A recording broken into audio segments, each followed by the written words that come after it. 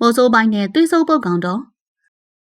စိမ့်ဆူထိုင်းမှန်းပြီးတော့တစ်ပင်ကြီးတွေအုပ်ဆိုင်နေတဲ့ဒီတောနဲ့ကြီးထဲမှာဝိုင်းရင်မိုးစိုးကြီးပိုင်းဟာတယောက်တည်းခြေချင်း၆ရင်တောနဲ့ထဲကိုတိုးဝင်လာခဲ့ပါတယ်။သူသွားနေတဲ့နေရာကတခြားရွာသားတွေမလာရဲတဲ့အထိနှက်ဆိုင်လာတဲ့တာကောင်ဆောင်စင်ခန့်ဟန်ရှိရာနေရာပါ။လမ်းတစ်လျှောက်လုံးမှာတစုံတစ်ယောက်ကသူ့နောက်ကတိတ်တဆိတ်လိုက်လာနေတယ်လို့ဦးပိုင်းခန်းစားနေရပါတယ်။ဝိုင်းရင်မိုးစိုးပြီးအခွင့်တာရနဲ့ဝင်းယုံပင်တပင်ရဲ့အကွယ်မှာချက်ချင်းဆိုသလိုကိုရောင်ဖြောက်ပုံးကွယ်လိုက်ပါတယ်။ဟေ့ဘယ်ရောက်သွားတာလဲဒီမိုးစိုးကြီးလမ်းလျှောက်တာမြန်လိုက်တာကွာငါပြောသားပဲကြောင့်သူ့ကိုတေချာကြည့်ထားပါဆိုတာ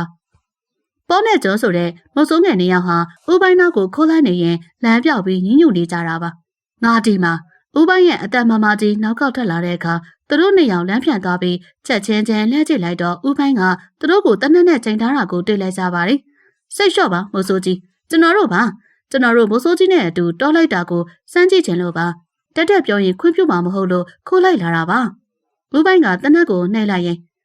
ငါနေတို့ကိုမခေါ်တာငါသွားတဲ့နေရာကနေတို့လိုပြောညင်းတဲ့လူတွေသွားရမယ်တရားမဟုတ်လို့ပဲကဲပြန်ကြတော့လောက်ပါမိုးစိုးကြီးရင်ကျွန်တော်တို့ဒီအထိလိုက်လာတာဝေးလာပြီအတူတူခေါ်သွားပေးပါနော်လိုက်ချင်ရင်တော့ငါပြောတာကိုမလွဲမသွေနားထောင်ရမယ်မိုးစိုးငယ်နေရောက်ဟာဝမ်းသာအားရကောင်းနေပြီးတော့ဦးပိုင်းနောက်ကနေတောနဲ့ထဲကိုဆက်ဝင်လာခဲ့ကြပါတယ်နေဝင်ရိုးရဲ့အချိန်ရောက်တော့သူတို့စင်ပေါ်ကိုရောက်လာခဲ့ကြတယ်ဦးပိုင်းကတတိပေးပါတယ်ဒီမှာစကားပြောရင်နာမည်အရင်မခေါ်ရဘူးတောဆောင်နဲ့တွေနာနာဘဝတွေတောင်းသားလိမ့်မယ်။ဘာမြင်မြင်နှုတ်ကနေမစွမဆက်နဲ့တောကိုစော်ကားတာမျိုးလုံးဝမလုပ်နဲ့။ညတကောင်ရင်အမောင်ထူကြီးကြီးစိုးနေတဲ့ချိန်မှာဂျွန်မင်းပါလုံနေတာလေ။ပေါ်ကလမ်းမေးလိုက်ပါတယ်။ဂျွန်ကစင်ပေါ်ကနေအောက်ကိုစီးထွက်ပန်းနေတာပါ။မအောင်နိုင်တော့လို့ပါကွာ။ဦးပိုင်းကဒေါသတက်ကြီးနဲ့ငါပြောထားတယ်လေ။တောကိုမစော်ကားပါနဲ့ဆိုတာ။အဲ့ဒီလိုဟောက်လိုက်တဲ့အချိန်မှာပဲနမတန်အေးဆက်တဲ့လေကြီးတစ်ချက်ဝေးတိုက်သွားပြီးတော့ပတ်ဝန်းကျင်တစ်ခုလုံးကြောက်ကြားစရာကောင်းသွားပါတယ်။ဂျွန်ရေ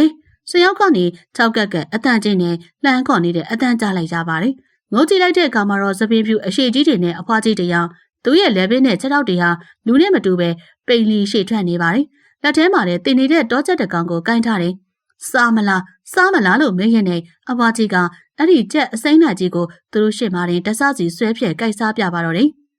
ဦးပိုင်းကတန်းနဲ့ချိန်ပြီးမတော်ရင်ငါအခုပဲပြစ်တက်လိုက်မယ်လို့ပြောလိုက်တော့မှအဲ့ဒီအဖွားကြီးဟာပါဇက်ကြီးအဟောင်းသားနဲ့အော်ဟစ်ပြီးတော့လေးဘက်ထောက်ကတောထဲကိုပြေးဝင်ပြောက်ကွဲသွားပါတယ်။ကျုံဟာကြောက်လိုက်တဲ့ကြားနဲ့သူ့လည်းပင်ကဖျားအုံးလေးကိုဇမ်းကြည့်တဲ့အခါမှာတော့အောက်မှာမျက်နှာတစ်တုံးကကြံခတ်မှန်းသိလိုက်ကြပါတယ်။ဦးပိုင်းတားနေတဲ့ကြားကကျွန်တော်ဖျားအိုးသွားယူမှဖြစ်မယ်ဆိုပြီးစစ်ဘော်ကနေဆင်းသွားပါတယ်။အောက်ရောက်တာနဲ့တစုံတစ်ယောက်ကကျုံကိုအမောင်ထဲအတင်းဆွဲခေါ်သွားပါတော့တယ်။ဦးပိုင်းနဲ့ပေါ်တို့ဟာကျွန်တော်ကိုလိုက်ရှာရင်အေယာမတစ်ပင်ကြီးတပင်အောင်ရောက်သွားတယ်။အဲဒီမှာတတိလေးနေတဲ့ကျုံကိုတွေ့လိုက်ကြပေမဲ့သူတို့ပတ်လည်မှာတော့ခြေလက်ခြေကြီးတွေနဲ့သွေးစိုးဖို့ကောင်လို့ဝိညာဉ်စိုးတွေအများကြီးပေါ်လာပါတော့တယ်။တစ်ပင်ဘောကနေတွဲလောင်းကျလာတဲ့ဝိညာဉ်တွေကလည်းအများကြီးဦးပိုင်းကအခြေအနေမဟန်တာကိုသိတာနဲ့မြေကြီးပေါ်မှာတင်မြင်ခွေထိုင်ကာထာမန်တန်တွေရုပ်ပြီးတော့လွယ်အိတ်ထဲကနွားလာဥဒ္ဒဘာကျွဲရုပ်ကိုထုတ်ပြီးတော့အသက်သွင်းလိုက်ပါတယ်။နွားလာကြီးကဝိညာဉ်စိုးတွေကိုလိုက်ဝေးတိုက်ခတ်နေတော့မိတို့မှာရှိတဲ့ကားသားတွေအကုန်ရုပ်တနက်ကိုအစင်းနဲ့ပြန်ထားမိုးစိုး၃ယောက်ဟာအသေးအလဲတက်ခဲ့ကြပါတယ်တနက်တန်တွေတောတစ်ခုလုံးဟိတ်ထွက်နေပြီးဝင်းညင်စိုးတွေကလည်းလဲကျသွားလိုက်ပြန်ထလာလိုက်နဲ့သူတို့ကိုဝိုင်းထားကြပါတယ်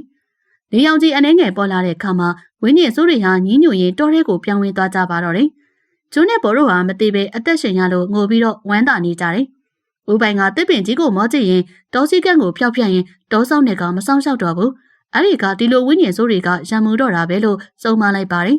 ဒီလိုဖြစ်ရကြောင်းဦးပိုင်းဟာနောက်ဘသူ့ကိုမှတောထဲကိုမခေါ်တော့ဘူးလို့ဆုံးဖြတ်လိုက်ပါတော့တယ်တောထဲမှာစီကံရှိဖို့ဟာအသက်ရှင်ဖို့ထက်တောင်ပိုရေးကြည့်ပါတယ်မမြင်ရတဲ့အရာတွေကိုမယုံကြည်လို့စော်ကားမိရင်ကိုယ့်အသက်ကိုယ်တောင်ပြန်ပေးနိုင်နေဆိုတော့ဒီဇလန်ကတတိပေးနေပါတယ်အားလုံးပဲဘေးကင်းကြပါစေ